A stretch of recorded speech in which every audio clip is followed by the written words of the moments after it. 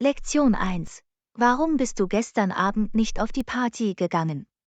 Anna, warum bist du gestern Abend nicht auf die Party gegangen, anstatt zu lernen? Nun, John, ich hatte eine wichtige Prüfung vor mir, also beschloss ich, meinem Studium Priorität einzuräumen. Aber Partys können viel Spaß machen. Hast du nicht das Gefühl, etwas verpasst zu haben? Manchmal müssen wir Entscheidungen treffen und unsere Aufgaben priorisieren. Ich verstehe das, aber die ganze Zeit zu lernen kann anstrengend sein. Brauchst du keine Pause? Pausen sind wichtig, aber ich hielt es in diesem Moment für notwendig, mich auf meine akademischen Ziele zu konzentrieren. Hast du dir nach dem Studium wenigstens etwas Zeit genommen, um dich zu entspannen und abzuschalten? Ja, habe ich. Ich habe kurze Pausen eingelegt, um neue Energie zu tanken, und den ganzen Tag über Selbstfürsorge Das ist geübt. gut zu hören. Es ist wichtig, ein Gleichgewicht zwischen Arbeit und Freizeit zu finden.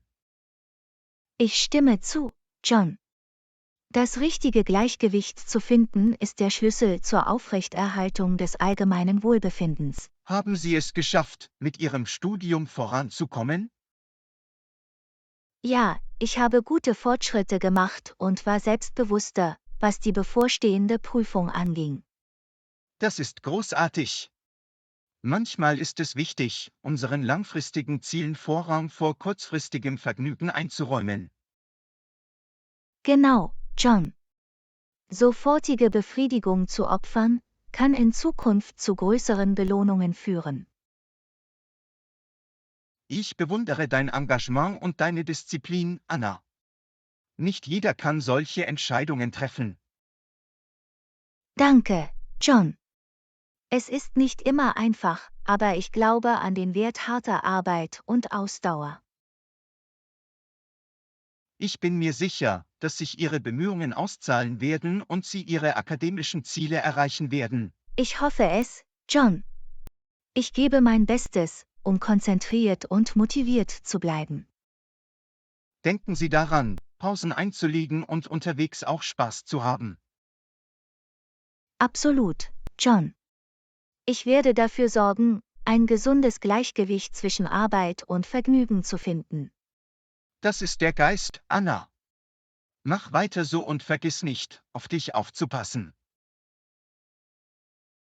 Danke für deine Unterstützung, John. Ich weiß das zu schätzen. Lektion 2. Du siehst heute so schläfrig aus. Anna, du siehst heute so schläfrig aus. Hast du dich letzte Nacht genug ausgeruht? Nein, John. Ich hatte Probleme beim Einschlafen, also habe ich am Ende weniger geschlafen als sonst. Ich verstehe. Schlafmangel kann dazu führen, dass wir uns müde und träge fühlen. Ja, es ist schwer, konzentriert und wachsam zu bleiben, wenn man unter Schlafmangel leidet. Haben Sie irgendwelche Strategien ausprobiert, die Ihnen helfen, besser zu schlafen? Ich habe versucht, vor dem Schlafengehen Kräutertee zu trinken und ein Buch zu lesen, aber gestern Abend schienen sie nicht zu Es kann funktionieren. hilfreich sein, eine Schlafenszeitroutine festzulegen und eine entspannte Umgebung in Ihrem Schlafzimmer zu schaffen. Das ist eine gute Idee, John. Ich werde versuchen, eine konsistente Routine zu entwickeln, um meinem Körper zu signalisieren, dass es Zeit zum Schlafen Der ist. Verzicht auf Koffein und elektronische Geräte vor dem Schlafengehen kann ebenfalls zu einem besseren Schlaf beitragen. Ich werde definitiv weniger Koffein zu mir nehmen und die Bildschirmzeit vor dem Schlafengehen einschränken. Es ist auch wichtig, eine bequeme Matratze und ein bequemes Kissen zu haben, um eine gute Schlafhaltung zu unterstützen. Ich sollte überprüfen, ob meine Matratze und mein Kissen ausgetauscht werden müssen. Sie könnten meine Schlafqualität beeinträchtigen. Darüber hinaus kann regelmäßiges Training während des Tages zu einem besseren Schlaf in der Nacht beitragen. Ich werde versuchen, mehr körperliche Aktivität in meinen Tagesablauf zu integrieren, um meinen Schlaf zu verbessern. Denken Sie daran, dass guter Schlaf für unser allgemeines Wohlbefinden und unsere kognitiven Funktionen unerlässlich ist. Du hast recht, John. Ich muss meinem Schlaf Priorität einräumen, um sicherzustellen, dass ich tagsüber in Bestform bin. Wenn Sie ständig Schlafstörungen haben, ist es möglicherweise eine gute Idee, einen Arzt aufzusuchen. Das ist ein gutes Argument. Sie können weitere Hinweise geben und beurteilen, ob es irgendwelche grundlegenden Probleme gibt. Versuchen Sie in der Zwischenzeit, während des Tages kurze Nickerchen zu machen, damit Sie sich wieder aufladen können. Ich werde das im Hinterkopf behalten, John. Ein kurzes Nickerchen könnte mir helfen, wieder Energie zu tanken. Mach dir keine Sorgen, Anna. Ich bin mir sicher, dass du heute Nacht gut schlafen und dich morgen erfrischt fühlen wirst. Danke für deine Unterstützung, John. Das hoffe ich auch. Lektion 3. Was ist deine Lieblingsspeise? Anna, was ist deine Lieblingsspeise? Ich mag Meeresfrüchte sehr, John. Es ist mein Favorit. Meeresfrüchte können sehr lecker sein. Welche speziellen Fischgerichte magst du? Ich liebe gegrillten Lachs, Garnelen-Scampi und Hummerbiskuit. Die klingen fantastisch. Haben Sie Lieblingsrestaurants mit Meeresfrüchten? Ja, es gibt ein Fischrestaurant in der Innenstadt, das die besten Meeresfrüchteplatten serviert. Ich werde es irgendwann versuchen müssen.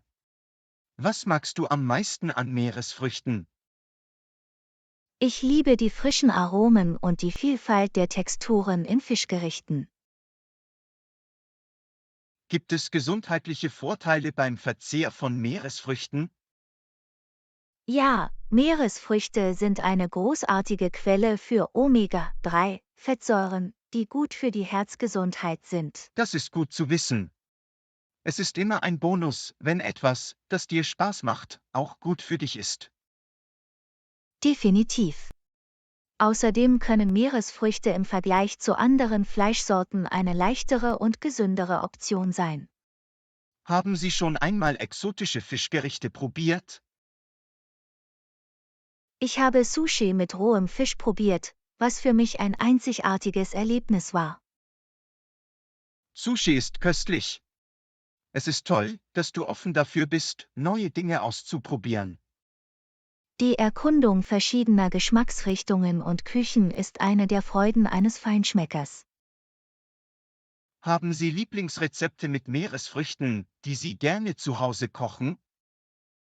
Ich mache gerne gegrillten Fisch mit Knoblauchbutter, Garnelen und Zitronenkräutern. Das klingt nach leckeren und einfachen Rezepten. Ich muss sie ausprobieren. Das solltest du, John. Zu Hause Meeresfrüchte zu kochen kann Spaß machen und sich lohnen.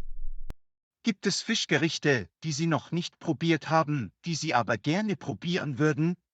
Ich wollte schon immer eine traditionelle Paella mit Meeresfrüchten oder ein Meeresfrüchtegericht probieren. Das sind beide gute Entscheidungen. Das sind beliebte und schmackhafte Gerichte. Ich freue mich darauf, sie eines Tages auszuprobieren.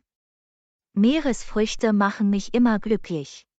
Es ist wunderbar, ein Lieblingsessen zu haben, das dir Freude bereitet. Meeresfrüchte scheinen das sicherlich für dich zu tun, Anna. Absolut, John. Es sind die Aromen, die Frische und das Gesamterlebnis, die Meeresfrüchte für mich zu etwas Besonderem machen. Ich freue mich, dass du etwas gefunden hast, das du liebst. Es ist immer toll, einen Favoriten zu haben. Danke, John. Ich fühle mich glücklich, so ein köstliches Lieblingsessen zu haben. Lektion 4. Was stimmt nicht mit dem Auto? Anna, was stimmt nicht mit dem Auto? Es scheint seltsame Geräusche zu machen. Ich bin mir nicht sicher, John. Ich habe das Geräusch auch bemerkt. Lass uns einen Blick unter die Motorhaube werfen. Glaubst du, es könnte ein Problem mit dem Motor sein? Es ist möglich. Wir sollten den Ölstand überprüfen und schauen, ob es irgendwelche Lecks gibt. Wie steht's mit den Reifen? Könnten sie den Lärm verursachen? Das ist ein gutes Argument. Wir sollten die Reifen auf Anzeichen von Beschädigung oder Verschleiß untersuchen. Ich habe auch eine leichte Vibration beim Fahren bemerkt. Könnte es verwandt sein? Ja, Vibrationen können auf ein Problem mit der Federung oder der Achsvermessung hinweisen. Sollten wir es zu einem Mechaniker bringen, um es richtig diagnostizieren zu lassen? Das könnte die beste Vorgehensweise sein. Sie können das genaue Problem lokalisieren und die erforderlichen Reparaturen empfehlen. Ich hoffe, es ist nichts allzu Ernstes. Probleme mit dem Auto können stressig sein. Ich verstehe, John. Bleiben wir positiv und schauen uns das so schnell wie möglich an. Haben Sie einen vertrauenswürdigen Mechaniker, zu dem Sie normalerweise gehen? Ja, ich habe einen zuverlässigen Mechaniker, der mir schon einmal bei Autoproblemen geholfen hat. Das ist beruhigend. Wir können das Auto zu Ihnen bringen und Ihre Expertenmeinung einholen. Wir sollten auch nach einer regelmäßigen Wartung fragen, um zukünftige Probleme zu vermeiden. Gute Idee. Es ist wichtig, mit der routinemäßigen Wartung Schritt zu halten, um unerwartete Probleme zu vermeiden. Absolut, John. Regelmäßiger Ölwechsel, Reifenwechsel und Flüssigkeitskontrollen können viel dazu beitragen, das Auto in Schuss zu halten. Hoffentlich handelt es sich um ein kleines Problem, dessen Behebung nicht zu viel kostet. Bleiben wir optimistisch, John. Es ist besser, das Problem jetzt anzugehen, als es sich verschärfen zu lassen. Ich stimme zu, Anna. Sicherheit und einwandfreies Funktionieren sind entscheidend, wenn es um Autos geht. Sobald das Auto repariert ist, können wir ohne Sorgen zu unseren regulären Aktivitäten zurückkehren. Das klingt großartig. Ich werde mich viel besser fühlen, wenn ich weiß, dass das Auto in einem guten Zustand ist. Wir kümmern uns darum, John. Es ist nur ein vorübergehender Rückschlag. Danke, Anna, dass du mir geholfen hast, dieses Autoproblem zu lösen. Ich freue mich über Ihre Unterstützung. Du bist willkommen, John. Wir machen das zusammen durch. Wir bringen das Auto bald wieder auf die Straße. Absolut, Anna. Gemeinsam werden wir das regeln. Lektion 5. Wissen Sie, was der Tag der Erde ist? Anna, weißt du, was der Tag der Erde ist? Ja, John. Der Tag der Erde ist ein Tag, der Sensibilisierung für Umweltfragen gewidmet ist. Wann wird der Tag der Erde gefeiert? Der Tag der Erde wird jedes Jahr am 22. April gefeiert. Das ist großartig. Wie hat der Tag der Erde angefangen? Der Tag der Erde wurde erstmals 1970 gefeiert, um auf Umweltbelange aufmerksam zu machen und den Umweltschutz zu fördern. Was sind einige Aktivitäten, die Menschen am Tag der Erde machen? Die Menschen nehmen an verschiedenen Aktivitäten teil, wie dem Pflanzen von Bäumen, dem Aufräumen von Müll und der Organisation von Kampagnen zum Umweltbewusstsein. Warum ist es wichtig, den Tag der Erde zu feiern? Der Tag der Erde erinnert uns daran, wie wichtig es ist, uns um unseren Planeten zu kümmern, und ermutigt uns, nachhaltige Entscheidungen zu treffen. Können Menschen am Tag der Erde etwas bewirken? Absolut, John. Jeder Mensch kann durch kleine Veränderungen in seinem täglichen Leben dazu beitragen, seine Umweltbelastung zu reduzieren. Gibt es globale Ereignisse oder Initiativen im Zusammenhang mit dem Tag der Erde? Ja, es gibt internationale Veranstaltungen und Initiativen, die sich auf Umweltschutz und Nachhaltigkeit konzentrieren. Wie kann ich mich an Aktivitäten zum Tag der Erde beteiligen? Sie können an lokalen Veranstaltungen zum Tag der Erde teilnehmen, sich ehrenamtlich für Umweltorganisationen engagieren oder einfach umweltfreundliche Entscheidungen Was sind treffen. einige Beispiele für umweltfreundliche Entscheidungen, die wir treffen können? Die Verwendung wiederverwendbarer Beutel, die Einsparung von Wasser und Energie sowie das Recycling sind einige einfache Möglichkeiten, umweltfreundlicher zu sein. Gibt es langfristige Ziele im Zusammenhang mit dem Tag der Erde? Eines der langfristigen Ziele ist die Schaffung einer nachhaltigeren Zukunft durch die Bekämpfung des Klimawandels und den Schutz der biologischen Vielfalt. Das ist wichtig. Es ist entscheidend, Maßnahmen für das Wohlergehen unseres Planeten zu ergreifen. In der Tat, John. Der Tag der Erde erinnert uns daran, dass wir alle diesen Planeten teilen und die Verantwortung haben, ihn zu schützen. Ich freue mich, dass der Tag der Erde das Bewusstsein für diese Themen schärft. Es ist ein Schritt in die richtige Richtung. Absolut, John. Je mehr Menschen sich dessen bewusst sind, desto wahrscheinlicher ist es, dass wir positive Veränderungen vornehmen. Bemühen wir uns, den Tag der Erde zu feiern und zu einer grüneren und gesünderen Welt beizutragen. Ich stimme dir zu, John. Zusammen können wir einen Unterschied für unseren Planeten machen. Lektion 6. Hast du heute die frischen Erdbeeren im Supermarkt gesehen? Anna, hast du heute die frischen Erdbeeren im Supermarkt gesehen? Ja, John. Sie haben momentan einen sehr guten Preis. Das ist fantastisch. Ich liebe Erdbeeren. Sie sind so köstlich. Ich stimme zu, John. Sie sind eine meiner Lieblingsfrüchte. Sind sie reif und süß? Ja, sie sehen reif und saftig aus. Ich denke, sie werden wirklich süß sein. Wir sollten uns welche holen und ein Erdbeerdessert machen. Das klingt nach einer großartigen Idee. Erdbeer-Shortcake vielleicht? Strawberry-Shortcake klingt perfekt. Ich kann diesen flauschigen Keksen und frischen Erdbeeren nicht widerstehen. Es ist ein klassisches Dessert, das immer ein Hit ist. Ich freue mich darauf, es zu machen. Schnappen wir uns ein paar Behälter mit Erdbeeren. Wir können jetzt welche haben und etwas für den Nachtisch aufbewahren. Guter Plan, John. Je mehr Erdbeeren, desto besser. Hast du noch andere Lieblingsrezepte für Erdbeeren? Ich mache gerne Erdbeersmoothies und Erdbeermarmelade. Erdbeersmoothies sind erfrischend, besonders im Sommer. Absolut, John. Es ist eine großartige Möglichkeit, sich abzukühlen und die Süße von Erdbeeren zu genießen.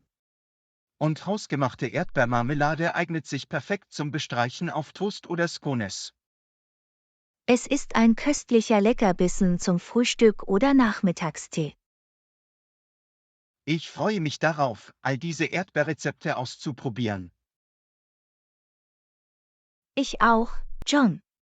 Es wird ein Genuss voller Erdbeeren sein.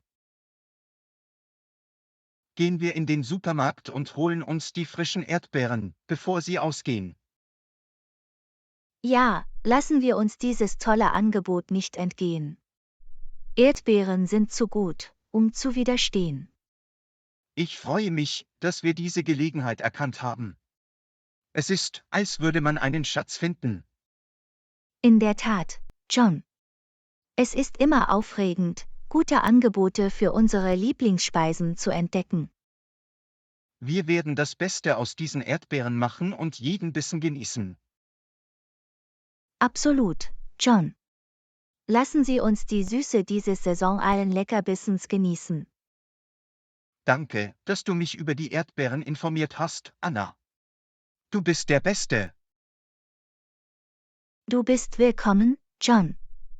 Ich freue mich immer, gute Essensfunde mit Ihnen zu teilen. Lass uns gehen und diese Erdbeerträume wahr werden lassen. Einverstanden, John. Holen wir uns die Erdbeeren und gönnen uns ihre Köstlichkeit. Lektion 7. Wie wäre es, heute Abend in ein italienisches Restaurant zu gehen?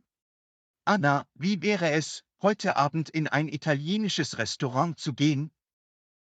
Das klingt nach einer großartigen Idee, John. Ich habe Lust auf italienische Küche. Haben Sie ein bestimmtes italienisches Restaurant im Sinn? Ja, es gibt eine gemütliche italienische Trattoria in der Innenstadt, die ich schon immer probieren wollte. Das klingt perfekt. Ich liebe es, neue Restaurants auszuprobieren. Ich auch, John. Es ist immer aufregend, verschiedene Küchen zu erkunden. Welche italienischen Gerichte magst du? Ich liebe Nudelgerichte wie Spaghetti Carbonara und Lasagne. Die klingen köstlich. Ich bin ein Fan von Pizza und Risotto. Pizza und Risotto sind klassische italienische Favoriten. Wir haben viele Optionen zur Auswahl. Haben Sie italienische Lieblingsdesserts? Tiramisu ist mein absolutes italienisches Lieblingsdessert. Es ist reichhaltig und cremig. Tiramisu ist himmlisch. Ich mag auch Cannoli und Panna Cotta. Das sind großartige Entscheidungen. Italienische Desserts sind immer so dekadent. Sollen wir für heute Abend reservieren? Ja, sichern wir uns einen Tisch, damit wir nicht warten müssen. Welche Zeit passt am besten zu dir? Wie wäre es mit 19 Uhr und 30 Minuten? Funktioniert das für dich? 19 Uhr und 30 Minuten klingt perfekt. Ich reserviere sofort. Danke, John. Ich freue mich auf einen herrlichen Abend mit italienischer Küche. Es wird ein fantastisches kulinarisches Erlebnis, Anna. Ich kann es kaum erwarten. Ich auch nicht, John. Italienisches Essen macht immer so viel Freude. Ich freue mich, dass wir gemeinsam verschiedene Küchen erkunden. Es ist eine unterhaltsame Art, Kontakte zu knüpfen. Absolut, John. Essen hat die Möglichkeit, Menschen einander näher zu bringen. Ich bin dankbar, eine Feinschmeckerin wie dich als meine Freundin Anna zu haben. Danke, John. Das Gefühl beruht auf Gegenseitigkeit. Lasst uns heute Abend unser italienisches Essensabenteuer genießen. Definitiv, Anna. Es wird ein unvergesslicher Abend voller köstlicher Aromen. Lektion 8. Ich denke, wir sollten weniger Eiscreme essen. Anna, ich denke, wir sollten weniger Eiscreme essen. Ich stimme zu, John. Wir hatten es in letzter Zeit ziemlich häufig. Zu viel Eiscreme zu essen ist nicht gut für unsere Gesundheit. Das ist wahr. Es ist reich an Zucker und Kalorien. Wir sollten uns auf eine ausgewogene Ernährung konzentrieren. Es wäre eine gute Idee, mehr Obst und Gemüse aufzunehmen. Ich habe gehört, dass gefrorener Joghurt eine gesündere Alternative zu Eiscreme ist. Ja, gefrorener Joghurt hat weniger Fett und Kalorien. Wir können auch versuchen, unser eigenes gesünderes Eis zu Hause zuzubereiten. Das ist ein toller Vorschlag. Wir können natürliche Inhaltsstoffe verwenden und den Zuckergehalt kontrollieren. Beschränken wir unsere Eiscreme-Leckereien auf besondere Anlässe. Klingt vernünftig. Wir können es als gelegentlichen Genuss genießen. Wir sollten andere Wege finden, unsere Naschkatzen zu stillen. Frisches Obst oder ein kleines Stück dunkle Schokolade können gesündere Optionen sein. Es ist wichtig, auf unseren Körper aufzupassen und achtsame Entscheidungen zu treffen. Absolut, John. Unsere Gesundheit sollte immer Priorität haben.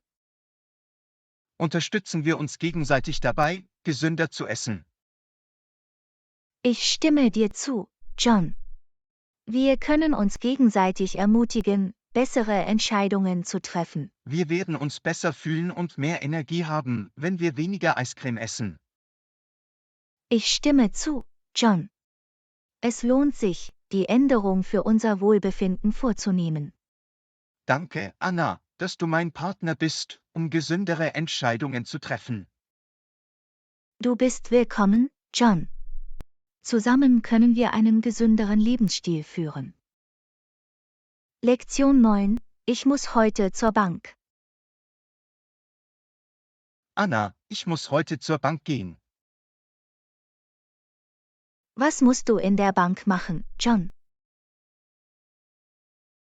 Ich muss einen Scheck einzahlen und etwas Bargeld abheben. Haben Sie alle notwendigen Dokumente dabei? Ja, ich habe den Scheck und meinen Ausweis bereit. Es ist wichtig, dass Sie Ihre Identität sicher aufbewahren. Absolut, ich achte immer darauf, es sicher aufzubewahren. Müssen Sie sonst noch etwas in der Bank erledigen? Ich muss mich auch nach einem neuen Sparkonto erkundigen. Das ist eine gute Idee. Geld sparen ist wichtig für die Zukunft. Ich stimme zu, Anna. Es ist immer gut, etwas zu sparen. Haben Sie nach verschiedenen Sparkontooptionen gesucht? Ja, ich habe nach einigen Banken und ihren Zinssätzen gesucht. Es ist ratsam, die Preise zu vergleichen und die beste Option für Sie zu finden. Definitiv, Anna. Ich möchte sicher gehen, dass mein Geld mit der Zeit wächst. Haben Sie eine bestimmte Bank im Sinn? Ich habe gute Dinge über eine örtliche Bank in der Nähe meines Arbeitsplatzes gehört. Es ist praktisch, eine Bank in der Nähe zu haben. Ja, das spart mir Zeit und macht Bankgeschäfte einfacher. Denken Sie daran, nach Gebühren oder Anforderungen für das Sparkonto zu fragen. Das ist ein gutes Argument, Anna. Ich werde dafür sorgen, dass ich alle notwendigen Informationen erhalte. Müssen Sie sonst noch etwas in der Bank erledigen? Nein, das ist alles für heute. Nur die Scheckeinzahlung, Bargeldabhebung und die Anfrage nach dem Sparkonto. In Ordnung, John. Ich hoffe, Ihr Besuch bei der Bank verläuft reibungslos. Danke, Anna. Ich weiß deine guten Wünsche zu schätzen. Du bist willkommen, John. Lass es mich wissen, wenn du Hilfe benötigst oder Fragen hast. Das werde ich, Anna. Danke für deine Unterstützung. Viel Glück bei der Bank, John. Mach's gut. Danke, Anna. Pass auch auf dich auf. Lektion 10. Warum benutzt du nicht dein eigenes Auto? Anna, warum benutzt du nicht dein eigenes Auto? Nun, John, ich benutze lieber öffentliche Verkehrsmittel. Was sind die Gründe für Ihre Präferenz? Die Nutzung öffentlicher Verkehrsmittel spart Geld für Benzin und Parken. Das ist wahr. Das kann kostengünstiger sein. Es ist auch besser für die Umwelt und reduziert die CO2-Emissionen. Ich verstehe. Sie legen also Wert auf Nachhaltigkeit.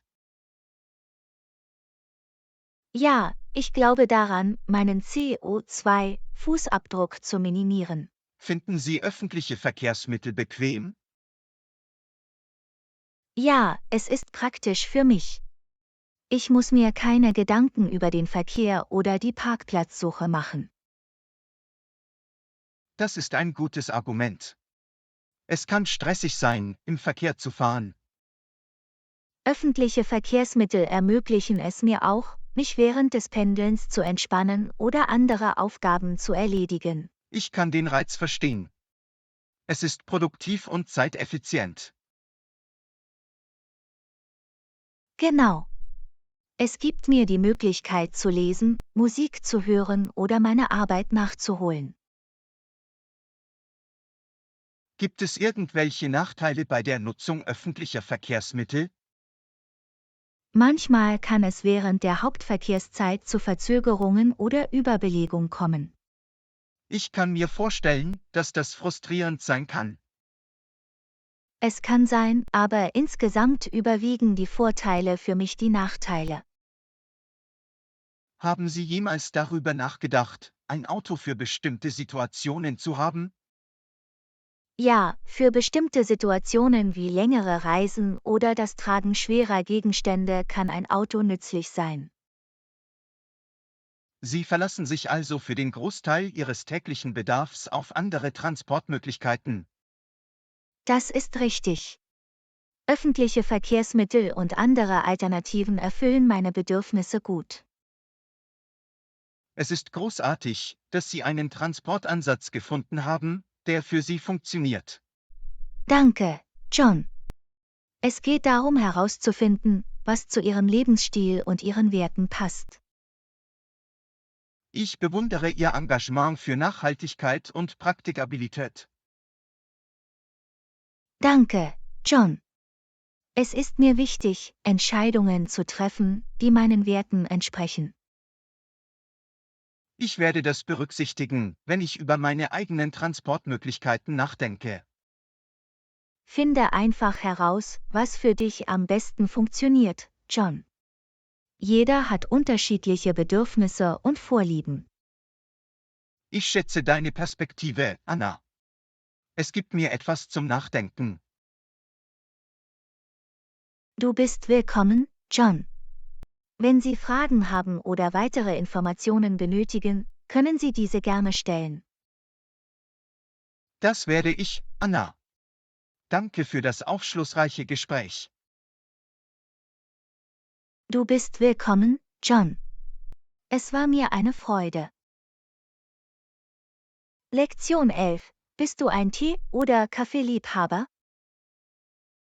Anna, bist du ein Tee- oder Kaffeeliebhaber? Ich bin eher ein Kaffeeliebhaber, John. Wie steht's mit dir? Ich bevorzuge Tee. Eine gute Tasse Tee hat etwas Beruhigendes. Was magst du an Kaffee? Ich genieße den reichen und kräftigen Geschmack von Kaffee. Es gibt mir morgens einen Energieschub. Ich finde Tee entspannender. Es hilft mir, mich zu entspannen und Stress abzubauen. Das ist wahr. Tee wirkt beruhigend, vor allem Kräutertees wie Kamille oder Pfefferminz. Kaffee hat verschiedene Variationen wie Cappuccino und Espresso. Er ist ziemlich vielseitig. Ja, es gibt viele Möglichkeiten, Kaffee zu genießen, von Lattes bis hin zu Eiskaffee. Tee hat auch eine große Auswahl. Grüntee, Schwarztee und Kräutertees bieten unterschiedliche Geschmacksrichtungen und gesundheitliche Vorteile. Gibt es gesundheitliche Vorteile im Zusammenhang mit Kaffee? Kaffee soll Antioxidantien enthalten und kann die Aufmerksamkeit vorübergehend steigern. Tee hingegen ist bekannt für seine antioxidativen Eigenschaften und potenziellen gesundheitlichen Vorteile. Hast du eine Lieblingsteesorte? Ich mag grünen Tee wegen seines leichten und erfrischenden Geschmacks. Ich genieße eine gute Tasse Earl Grey Tee. Der aromatische Geschmack ist herrlich. Wie trinkst du deinen Kaffee? Normalerweise füge ich einen Spritzer Milch und etwas Zucker hinzu, um die Bitterkeit auszugleichen. Ich bevorzuge meinen Kaffee schwarz oder mit einem Hauch Sahne. Ich probiere gerne die natürlichen Aromen. Haben Sie schon einmal versucht, Ihrem Kaffee Gewürze wie Zimt oder Muskatnuss hinzuzufügen? Noch nicht, aber es klingt interessant. Ich werde es versuchen. Haben Sie einzigartige Teemischungen oder Aufgüsse probiert? Ja, ich habe mit Früchten angereicherte Tees wie Beeren- oder Zitrusmischungen probiert. Sie sorgen für eine erfrischende Not. Haben Sie ein Lieblingskaffee- oder Teehaus? Ich erkunde gerne lokale Cafés und Teehäuser. Es macht Spaß, neue Geschmacksrichtungen und gemütliche Atmosphären zu entdecken. Es ist schön, ein warmes Getränk und gute Gesellschaft zu haben, egal ob es sich um Tee oder Kaffee handelt. Absolut, John. Es ist ein einfaches Vergnügen, das den Tag verschönern kann. Ein Hoch auf unsere Liebe zu warmen Getränken, Anna. Prost, John. Hier geht es darum, Tee und Kaffee auf unsere eigene Art zu genießen. Lektion 12. Ich habe darüber nachgedacht, einen neuen Assistenten für unser Team einzustellen. Anna, ich habe darüber nachgedacht, eine neue Assistentin für unser Team einzustellen. Was denkst du? Das ist eine großartige Idee, John. Ein zusätzlicher Assistent kann uns helfen, unsere Arbeitslast effizienter zu verwalten. Auf welche Eigenschaften und Fähigkeiten sollten wir bei einem neuen Assistenten achten? Wir sollten jemanden suchen, der organisiert und zuverlässig ist und über hervorragende Kommunikationsfähigkeiten verfügt. Es ist wichtig, dass der Assistent schnell lernt und sich an verschiedene Aufgaben anpassen kann. Absolut. Flexibilität und Multitasking-Fähigkeit wären wertvolle Eigenschaften. Sollten wir Erfahrung oder Potenzial priorisieren? Es wäre ideal, jemanden mit einer Kombination aus Erfahrung und Wachstumspotenzial zu finden. Wie können wir sicherstellen, dass wir gut zu unserem Team passen? Die Durchführung von Interviews und das Stellen relevanter Fragen können uns helfen, ihre Vereinbarkeit mit unserem Arbeitsumfeld zu beurteilen. Wir sollten auch ihre Fähigkeit berücksichtigen, gut in einem Team zu arbeiten und mit anderen zusammenzuarbeiten. Ja, Teamwork und eine positive Einstellung sind für ein harmonisches Arbeitsumfeld unerlässlich. Was ist mit technischen Fähigkeiten? Gibt es spezielle Software oder Tools, mit denen Sie vertraut sein sollten? Es wäre von Vorteil, wenn Sie sich mit gängiger Office-Software wie Microsoft Office oder Google Suite auskennen. Darüber hinaus können Kenntnisse über Projektmanagement-Tools oder branchenspezifische Software von Vorteil sein. Wie können wir den Einstellungsprozess fair und unvoreingenommen gestalten? Wir können klare Kriterien festlegen, strukturierte Interviews führen und Kandidaten anhand ihrer Qualifikationen bewerten. Es ist wichtig, jedem Kandidaten eine faire Chance zu geben und ihn objektiv zu bewerten. Absolut. Wir sollten uns auf ihre Fähigkeiten, Erfahrungen und Potenziale konzentrieren und nicht auf Vorurteile oder persönliche Vorlieben. Sobald wir einen neuen Assistenten haben, wie können wir sicherstellen, dass er sich gut in das Team integriert? Wir können ihnen einen Mentor oder Buddy zuweisen, der sie während des Onboarding-Prozesses berät und unterstützt. Regelmäßige Teambesprechungen und offene Kommunikation können ebenfalls dazu beitragen, das Zugehörigkeitsgefühl zu fördern. Es ist wichtig, klare Erwartungen und Feedback zu geben, damit der neue Assistent in seiner Rolle erfolgreich sein kann.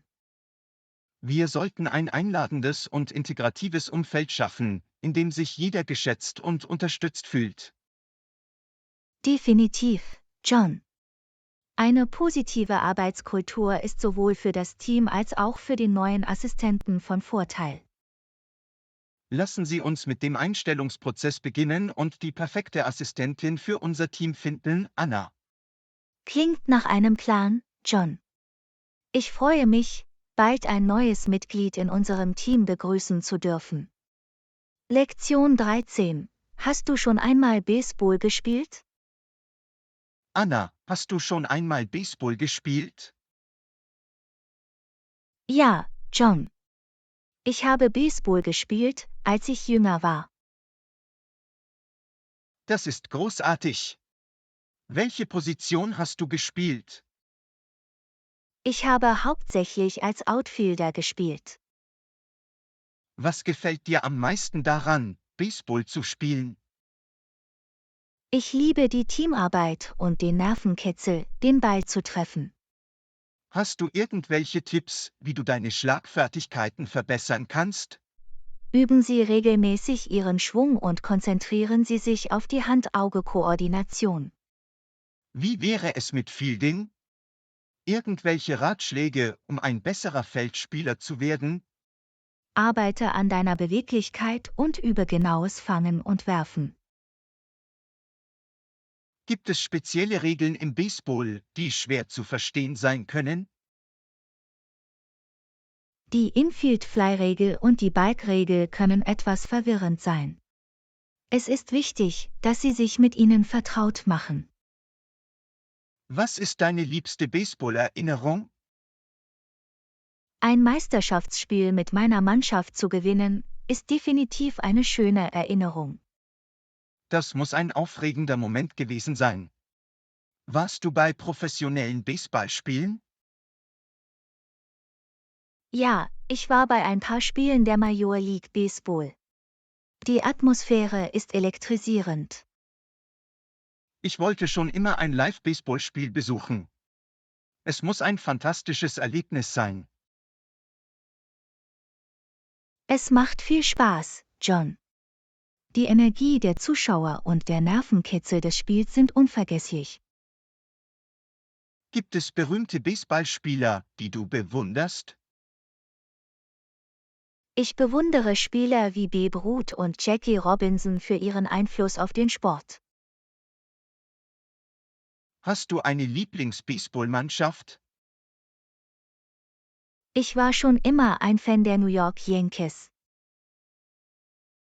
Das ist ein beliebtes Team mit einer reichen Geschichte. Ich unterstütze die Boston Red Sox.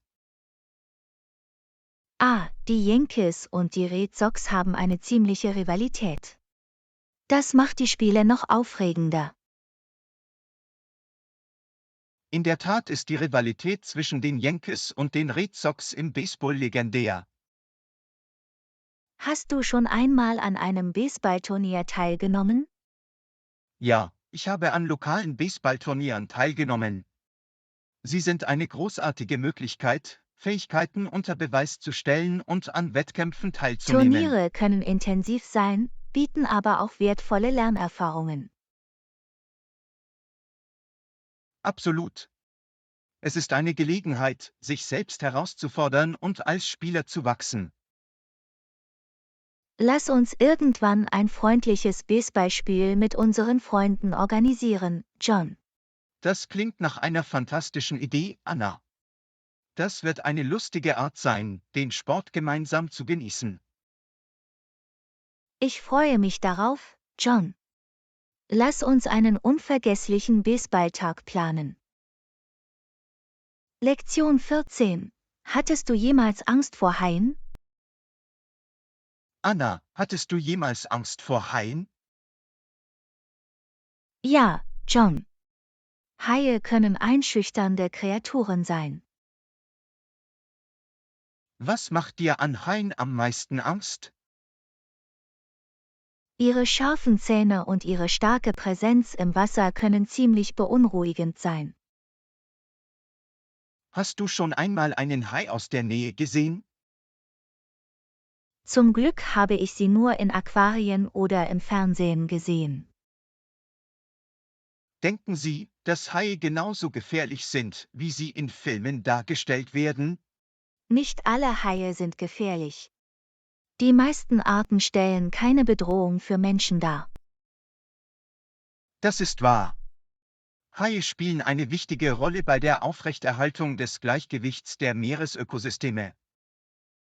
Es ist jedoch immer noch wichtig, vorsichtig zu sein, wenn Sie in Gebieten schwimmen, in denen bekanntermaßen Haie leben. Gibt es Vorkehrungen, die wir treffen können, um das Risiko zu verringern, Haien zu begegnen? Vermeiden Sie es, alleine oder in der Morgen- und Abenddämmerung zu schwimmen, wenn Haie aktiver sind. Beachten Sie auch die lokalen Richtlinien und Warnungen.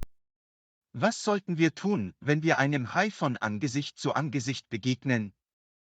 Es ist wichtig, ruhig zu bleiben und plötzliche Bewegungen zu vermeiden. Gehen Sie langsam zurück und halten Sie dabei Augenkontakt. Stimmt es, dass ein Schlag gegen einen Hai in die Nase einen Angriff verhindern kann? Ja, wenn Sie auf die empfindlichen Bereiche des Hais wie Augen, Kiemen oder Nase zielen, kann dies möglicherweise einen Angriff verhindern. Es ist gut, diese Techniken zu kennen, aber Begegnungen mit Haien sind immer noch selten. Absolut. Die Wahrscheinlichkeit, einem Hai zu begegnen, ist für die meisten Menschen sehr gering. Haie sind jedoch faszinierende Kreaturen. Sie gibt es schon seit Millionen von Jahren. Ja, sie sind bemerkenswerte Überlebende und haben sich im Laufe einer langen Evolutionsgeschichte an ihre Umwelt angepasst. Haben Sie schon einmal in Gewässern geschnorchelt oder getaucht, in denen Haie leben? Nein, ich hatte noch keine Gelegenheit.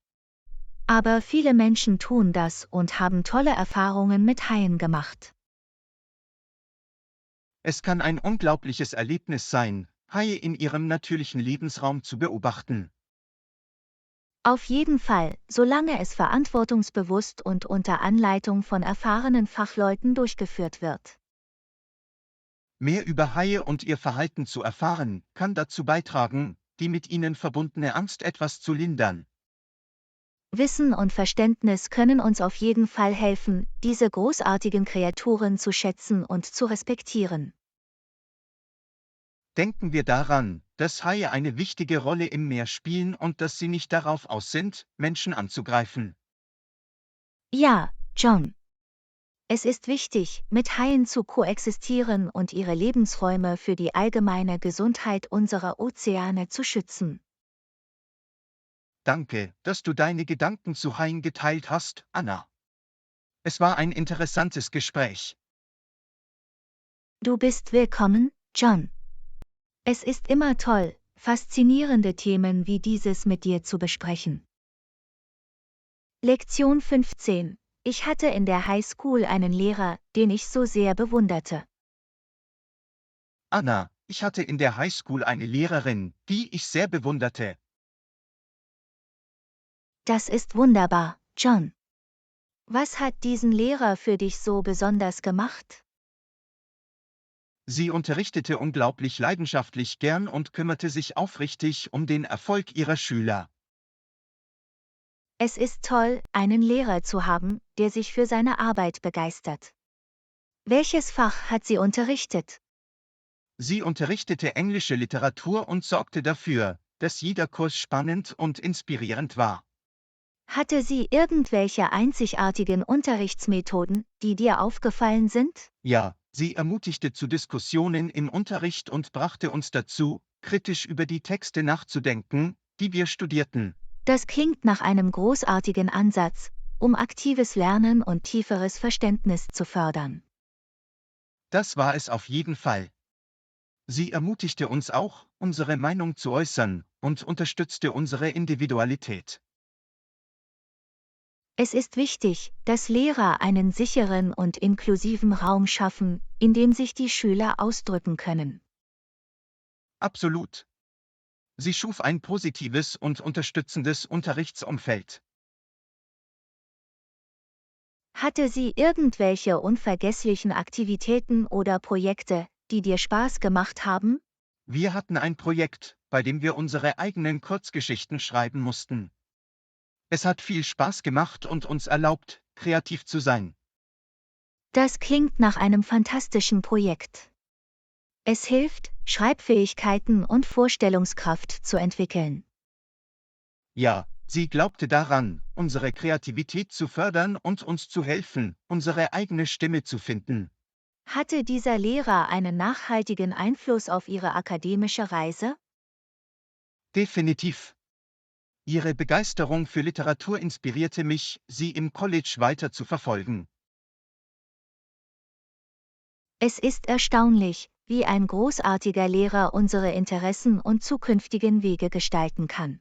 Sie hat mir auch wertvolle Lektionen fürs Leben über Ausdauer und die Macht der Worte beigebracht. Lehrer haben die einzigartige Gelegenheit, das Leben ihrer Schüler positiv zu verändern. Ich fühle mich glücklich, in meinen prägenden Jahren einen so bemerkenswerten Lehrer gehabt zu haben. Es ist wunderbar zu hören, wie sie dich beeinflusst hat, John. Lehrer wie Sie sind wirklich etwas Besonderes. Ich hoffe, eines Tages Lehrer zu werden und das Leben meiner Schüler in ähnlicher Weise zu beeinflussen. Das ist ein edles Bestreben, John. Ich bin mir sicher, dass du ein fantastischer Lehrer sein wirst. Danke, Anna. Ich hoffe, meine zukünftigen Schüler zu inspirieren und zu begleiten, so wie es mein bewunderter Lehrer für mich getan hat. Ich habe keinen Zweifel daran, dass du das tun wirst, John. Die Welt braucht engagierte und leidenschaftliche Pädagogen wie Sie.